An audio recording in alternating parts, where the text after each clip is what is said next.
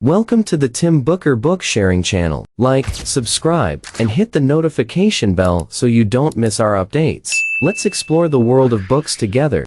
This audio interpretation is about exploring memory, confronting Alzheimer's disease. Alzheimer's disease, you may not be very familiar with it, but you certainly know about senile dementia. Alzheimer's disease is the most common cause of senile dementia, so when medicine talks about senile dementia, it usually refers to Alzheimer's disease. You might say, I know this disease, it's just about forgetting things, right? People get forgetful as they age. But Alzheimer's disease is not as simple as just forgetting things. Its severity is even comparable to cancer. A survey in the United States indicated that, apart from cancer and AIDS, Alzheimer's disease is considered the most terrifying disease by the American population. This may be because the awareness of Alzheimer's disease in the United States has made people realize its harmfulness. However, in China, people mostly lack a systematic understanding of this disease. Also, compared to diseases like cancer and stroke, Alzheimer's disease progresses very slowly, causing less psychological impact, and people tend to underestimate its power. Now, aging has become an irreversible global trend. Alzheimer's disease patients are rapidly increasing in various countries, including China. The Alzheimer's Disease Research Organization in the UK predicts that by 2051, Alzheimer's disease will surpass AIDS and cancer, becoming a national disaster in the UK. This book also suggests that in the near future, 1 in every 3 people will suffer from this disease. Now, do you still feel that Alzheimer's disease is far away from you? The author of this book, Joseph Jebelli, had his grandfather diagnosed with Alzheimer's disease when he was 12 years old. Seeing his once strong grandfather deteriorate day by day, losing the loving light in his eyes, the author was deeply shaken mentally. He wanted to understand what kind of disease his grandfather had and how much humanity knows about this disease. After becoming a neurobiologist specializing in Alzheimer's disease, the author visited the world's leading Alzheimer's disease research institutions and personally visited many Alzheimer's disease patients before writing this book. It can be said that if you want the most comprehensive information about Alzheimer's disease, this book is the best choice. It immediately made it to the shortlist for the Royal Society Science Prize in the UK, receiving widespread praise. Alright, after introducing the basic information about the book and the author, let me now detail the content of the book for you, divided into 3 aspects. What is Alzheimer's disease exactly? How do we understand Alzheimer's disease? And how do we deal with this challenge? Let's start with the first aspect. What is Alzheimer's disease? Is it just as simple as forgetfulness? As of today, we already know that Alzheimer's disease patients have some significant brain features. For example, neuronal death, plaque deposition, and neurofibrillary tangles, meaning entangled and knotted nerve fibers. Alzheimer's disease develops silently and slowly, so in the early stages, people often do not notice its presence. The symptoms we commonly see and understand, such as forgetfulness, are the first stage of the disease, called the forgetting stage. The brain's first damage usually occurs in an area responsible for memory called the hippocampus, where plaques and tangles begin to appear. But as the disease progresses, Alzheimer's disease has 2 more stages. After the forgetting stage comes the longest stage of Alzheimer's disease, the confusion stage. During this period, the pathology has spread from the hippocampus to other parts of the brain, and many areas of the brain are gradually filled with plaques and tangles. At this point, patients not only have poor memory but also lose the ability to take care of their daily lives. They no longer recognize family and friends, often get lost, and experience emotional problems such as anxiety and delusions. Several years into this stage, Alzheimer's disease progresses to the final stage, the extremely dementia stage. At this point, the person's brain is like land burned by a great fire. Neurons are nearly depleted, and all that's left are scattered plaques and tangles. Patients enter a stage of comprehensive decline, completely losing the ability to care for themselves, not feeling hunger or cold, having no joy or sorrow, and even losing control of swallowing and bowel movements. At this stage, medically, patients are considered to have entered the pre-death of death and become empty shells without a soul. As the disease progresses, patients become less aware of their own suffering, which can be seen as a small compensation from Alzheimer's disease to those enduring immense hardships. However, at this stage, family members not only bear the pressure of 24-hour care but also face the pain of being completely forgotten by their loved ones. You might be a bit confused. If they only forget everything, even if they experience emotions like panic, it seems there is no physical pain. Why does the author say that patients are suffering? The author provides an example. Among the numerous symptoms of Alzheimer's disease, there is a less-known visual change. The reason the term visual is used instead of vision is that there is nothing wrong with the patient's eyes and optic nerves. The problem lies in the brain's parietal and occipital lobes, corresponding to the top of the head and the back of the head. These areas are responsible for managing visual space and visual cognition. In other words, they analyze the three-dimensional nature of an object, its shape, how it moves, and the hidden meaning behind it. For example, the parietal and occipital lobes are responsible for understanding the symbolism of a rose representing love. Patients with visual Alzheimer's disease can't judge the depth of stares, lose track of lines while reading, fail to recognize specific colors, and sometimes can't even recognize their own faces. It's challenging to imagine how the world looks to these patients, but someone has vividly and intuitively helped us understand. In 1995, 61-year-old American artist William Utermohlen was diagnosed with Alzheimer's disease. He decided to draw a self-portrait every year to record the progression of his illness.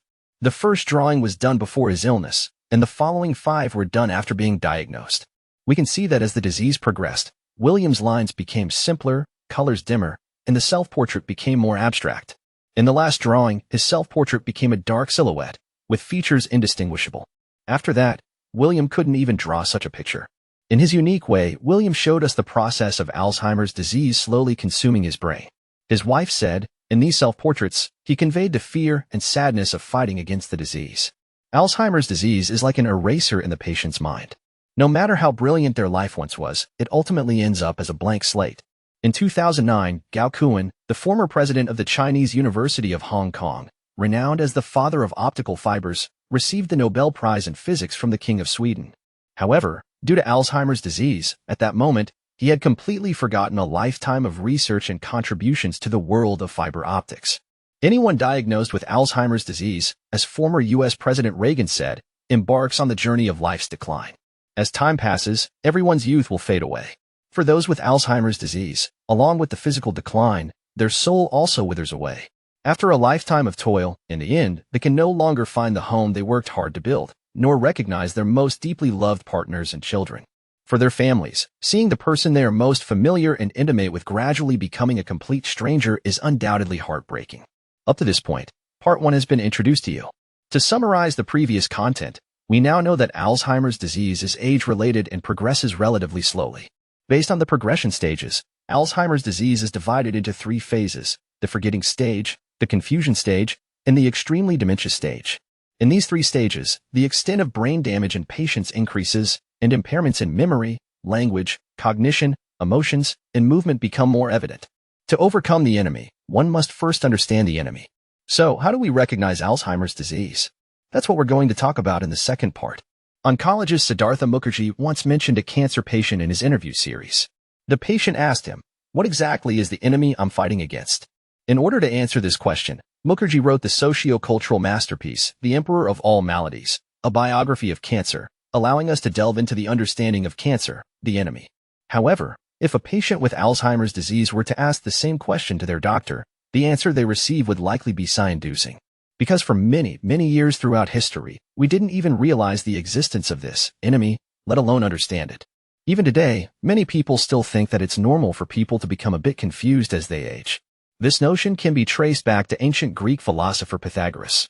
At that time, he believed that a person's life is like the 4 seasons of plants. As people age and their minds become unclear, it's as natural as plants withering in winter. After the decline of the Roman Empire, religion and theology became the mainstream thoughts of society, and medicine experienced a serious decline. Mental disorders, including senile dementia, were considered manifestations of weak willpower and possession by demons. Not only back then, but even today, such discrimination still exists. The term senile dementia carries implicit meanings of discrimination and insult. It seems to imply that patients are fools or simpletons. It is precisely because of this that many countries and regions around the world now try to avoid using the term senile dementia.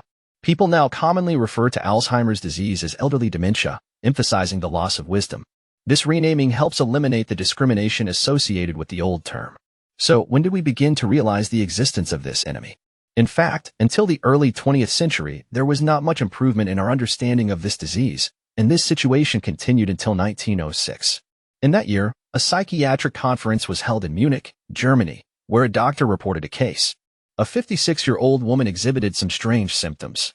For instance, although she was good at household chores, she started making mistakes, couldn't remember her own name, put keys in the refrigerator, and even suspected her husband of having an affair.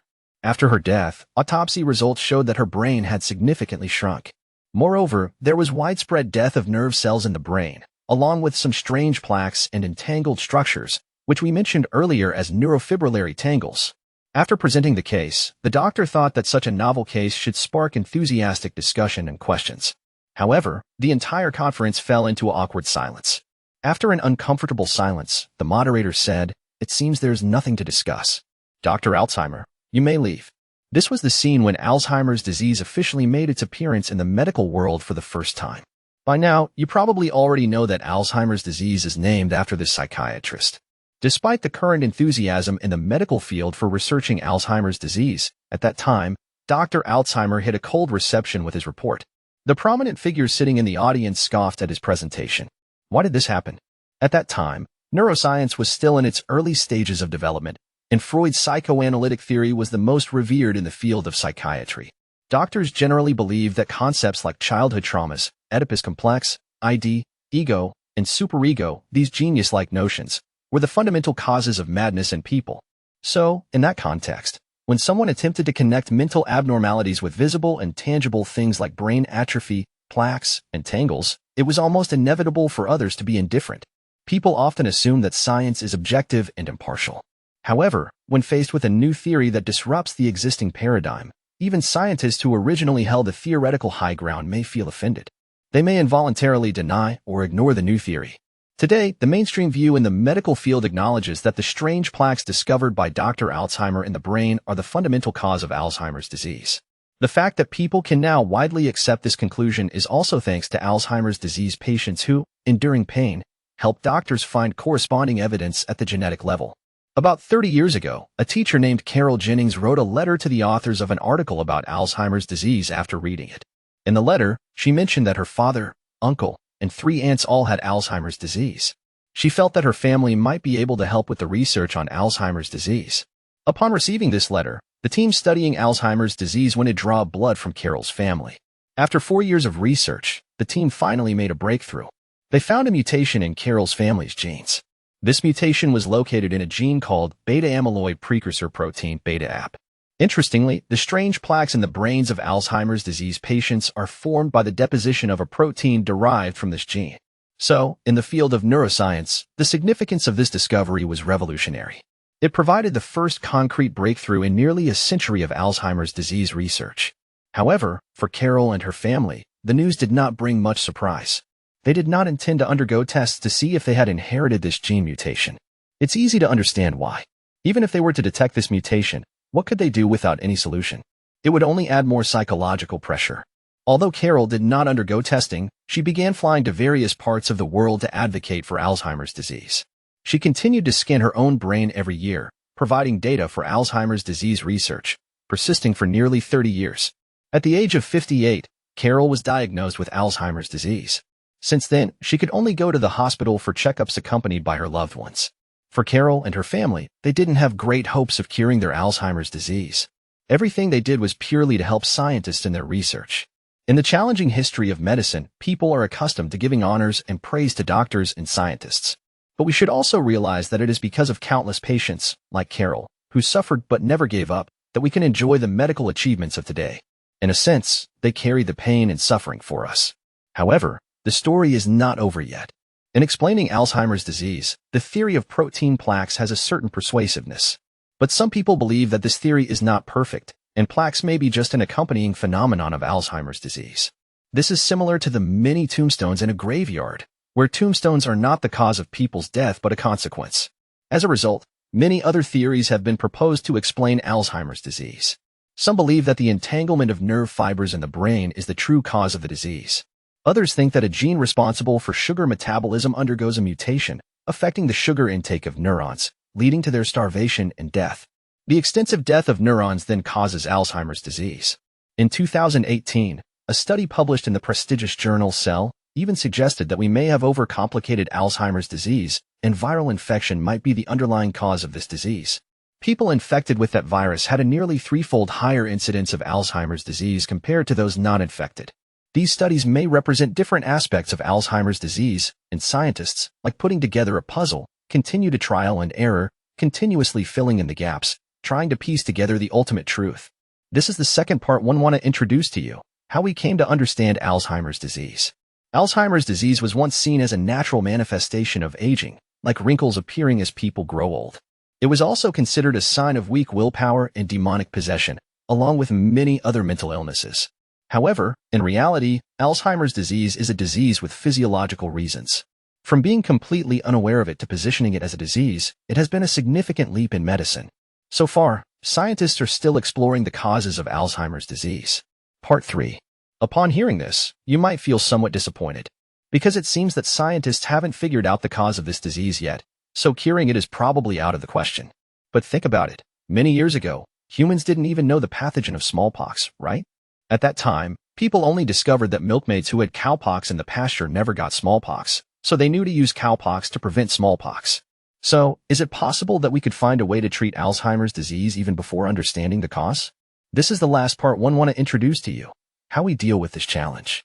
In fact, for more than 80 years after the discovery of Alzheimer's disease, humanity did not find any way to treat this disease. It wasn't until 1993 that this situation began to change. In that year, the first drug for treating Alzheimer's disease, Tacrin, was born. The idea behind developing this drug was very simple: replenish what is lacking. Before telling the story of Tacrin, let me give you a little knowledge about neurobiology.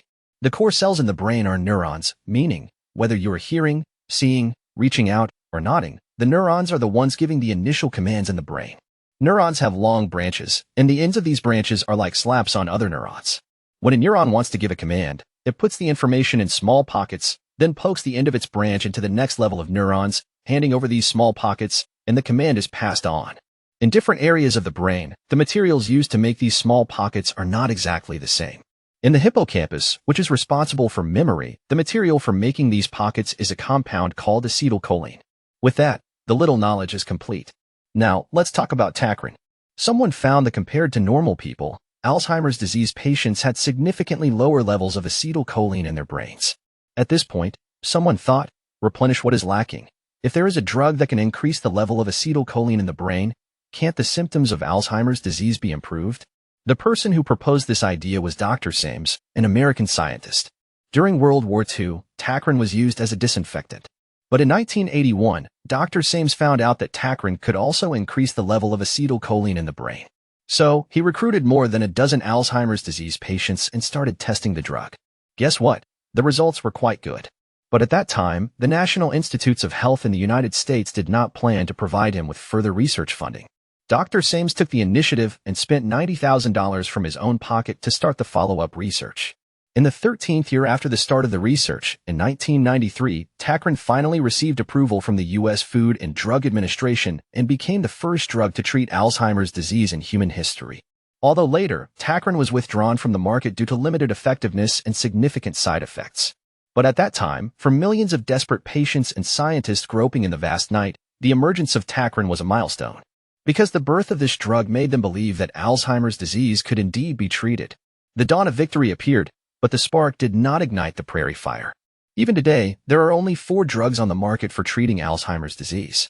And these drugs can only improve the memory and cognition of patients to a certain extent, delaying the worsening of symptoms by a year or 2, without truly improving the damaged condition of the brain.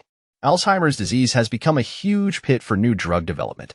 In the decade from 2002 to 2012, the failure rate of drug development for Alzheimer's disease was 99.6%, almost a complete failure. It's worth noting that even the failure rate for developing cancer drugs is only 81%. Currently, in addition to several drugs specifically for treating Alzheimer's disease, the International Alzheimer's Disease Association also recommends patients to use antioxidants, cerebral vasodilators, and other drugs. They recommend patients to develop good habits such as a healthy diet, moderate exercise, and sufficient sleep. These may help slow down the progression of Alzheimer's disease to some extent and improve the quality of life for patients. But even so, we should not despair. People are still trying various methods to treat Alzheimer's disease. For example, some are trying to use drugs originally developed for cancer to treat Alzheimer's disease. Some are making vaccines against beta-amyloid plaques, and others are attempting to use stem cell technology to regenerate brain neurons. So, before breakthroughs and substantial progress occur in Alzheimer's disease research, what else can we do? Sweden provides a good example. Sweden is a country with a severe aging population, And there are also many Alzheimer's disease patients. In Sweden, people not only use conventional drugs to treat Alzheimer's disease but also attach great importance to the care of patients. They believe that for Alzheimer's disease patients, the care and meticulous care from family and friends are always the best weapons against the disease. For those patients without family care, the government provides assistance such as delivering meals to their doors. They also regularly organize them to chat with each other or engage in other group activities to provide mutual emotional support. For those patients whose families cannot take care of them or who are in the late stages of the disease, they can move into family-style nursing homes funded by the government, where specialized staff provides care and treatment. We still don't have a way to cure Alzheimer's disease now, but at least we can make patients spend the last moments of their lives more dignified and comfortable through this approach. It also prevents patients' families from feeling lonely and helpless. We can see that in dealing with Alzheimer's disease, Sweden advocates a model that emphasizes both treatment and care, with collaboration between families and the government. This concept may also provide some reference for future China. Here, the treatment of Alzheimer's disease is introduced to you. The author said that he originally thought that causes and effects correspond one by one, just like anemia needs blood replenishment and infected wounds need antibiotics. The magic weapon for treating Alzheimer's disease should also be only one. But now it seems that even if there is an absolute truth, before finding it, people can only move forward along their chosen path separately. When people have walked enough and far enough, they may unexpectedly meet the truth at the end. On that day, only a drop of blood from the fingertip or a tear from the corner of the eye will be enough for doctors to detect the probability of everyone getting Alzheimer's disease. Just send a tiny robot into the patient's body, and it can repair mutated genes. Or just take a small piece of skin from the patient's hand, and the laboratory can produce brand new neurons to replace those dying cells in the patient's brain. And these are not fantasies. These studies are currently in progress. Here, the content of this book has been introduced to you, and I will summarize the content of the book for you. Alzheimer's disease has been discovered for just over 100 years. Before that, it was commonly assumed that as people age, their minds would naturally decline. However, Alzheimer's disease is not a normal aging process. It is a disease. Defining this disease itself represents a significant advancement in medicine. Over the past century, our understanding of Alzheimer's disease has evolved from knowing nothing about it to recognizing it as a condition characterized by the death of neurons, plaque deposition, and neurofibrillary tangles in the brain. However, the exact causes of Alzheimer's disease are still uncertain. Currently, the means to treat Alzheimer's disease are also very limited, with only a few drugs showing limited effectiveness. We may not be able to grasp memory, but we can see neurons, and we can manipulate acetylcholine. If broken arms can be reset and ruptured blood vessels can be stitched, then we have reason to believe that one day, the brain carrying our lifelong memories will also be restored. Please subscribe to the Tim Booker channel, like, and share this valuable knowledge with your friends. Let's combine wisdom and practice, achieve our financial goals, and create a better future together. Thank you, everyone. Goodbye.